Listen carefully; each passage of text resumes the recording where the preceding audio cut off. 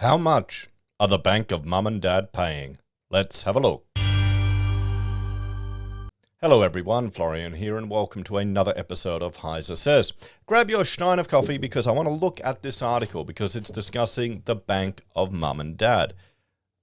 Parents gifting and helping their children get into property.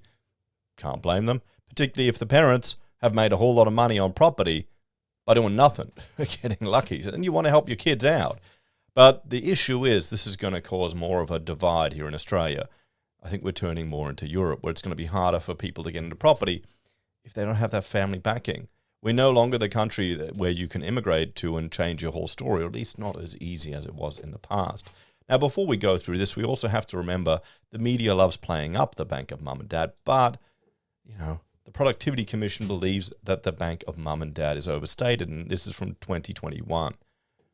Has insisted there's no strong evidence of parents giving large bumps to their children's property purchases because everyone's worried that the bank of mum and dad is going to collapse.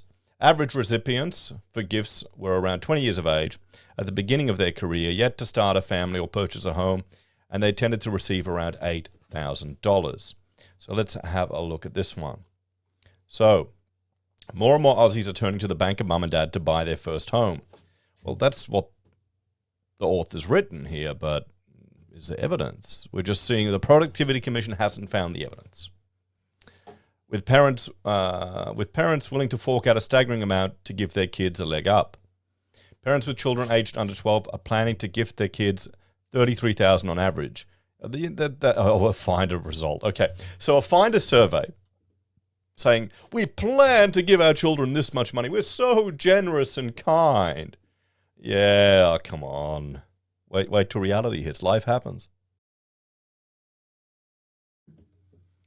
That's about a third of the average first home buyer's deposit of $96,000, based on the average first home buyer loan of $481,000. Victorian parents were the most generous, with plans to give their adult kids $52,000 on average, followed by parents in South Australia and New South Wales. Yeah, but none of this has happened. This is just a Finder survey, probably with 1,000 or 1,200 people questioned. There you go. I've just spilled coffee all over my keyboard. Awesome, well-organized polish machine here, eh? That's the YouTube. It's the YouTube magic.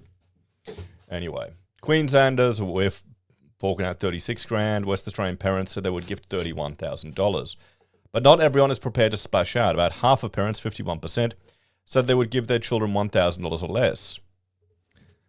About 40% of Aussies, aged 25 to 34, are expected to call on the bank of mum and dad to help them buy a property, according to a recent report by the Australian Housing and Urban Research Institute. So, Finder Money expert Sarah Migginson said without the help of their parents, many young Aussies will be priced out of the market. And this is a significant issue for our country. We want people buying homes. We want people settling down. I'm debating or arguing with one viewer on the channel who thinks the future is tiny homes. You need land. You need land and stability. You don't need a glorified caravan, sorry. And this is just going to exacerbate the divide between people, isn't it? Recent property price hikes, combined with interest rate rises, have made it extremely tough for young buyers to save a sufficient deposit, let alone qualify for a home loan. Buying a home also comes with new responsibilities, such as managing hefty council rates and strata fees, paying for ongoing repairs and managing your money. Migginson said older Australians should make sure they put their oxygen masks on first before helping their kids, rather than risk damaging their own retirement fund. It's important to consider whether you're financially secure before helping family members and looking for ways to work towards a mutually beneficial outcome. For instance, you might pledge to match your kids' home deposit savings dollar for dollar, which gets them into the habit and discipline of saving, and means you don't have to contribute as much. Parents should also ask their kids to prepare a household budget to ensure they could handle future rate rises. I would argue it needs to. Well, let's have a bit of the chat section of the video. I would argue there needs to be a greater push of financial independence. But here's the thing. Australia's changed. You're living in a country now where both parties in a couple need to work to even be able to afford a home. You're also forced by the state to lock away a portion of your money that's invested in the stock market and everything, and all these other things that you don't receive any benefit from until you're 65, maybe even older. Previous generations didn't have that. You've got a situation where housing is getting more complicated to build because we have greater legislation burdens that we're placing on housing. The recent National Construction Code changes that are going to come through here in October, they're going to have accessibility requirements, which will make the houses bigger. They're going to control what color you can paint your house for the good of the environment. These are all going to have cost implications on new builds. We've got population growth and migration to the country, which is not being abated at all. And that's going to put additional demand on houses. You've also got a housing sector that's been overheated, that's been allowed to trade while insolvent, and now builders are going bust left, right, and center. You've got a climate where it's harder to build your own house than it ever was. Awesome. It's not like the past. It isn't. I don't know how it's going to get any better. But there you go, guys. What do you reckon? Are you surprised with the bank of mum and dad? Well, I can't blame them. If the parents have got sufficient money and they're in a good financial situation, can you blame them?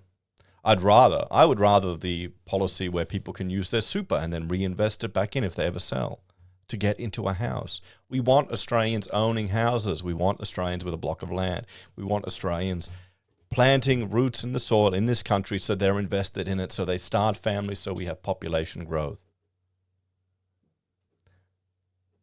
Maybe that's just an old-fashioned idea. No wonder people are becoming disenfranchised.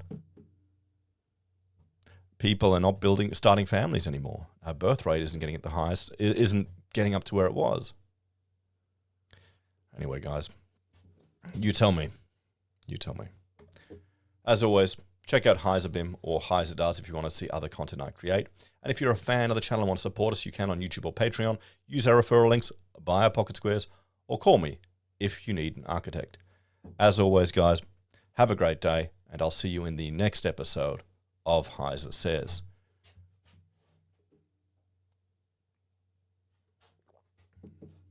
I wonder if we'll ever get it where it's... The problem is people become hopeless because you can work, you can save, you can get into a house, you can struggle, or it seems so far removed from reality. I mean, I think we need to... I'm trying to teach my kids the FIRE movement and dividend investing. What do you reckon? See you next time, guys.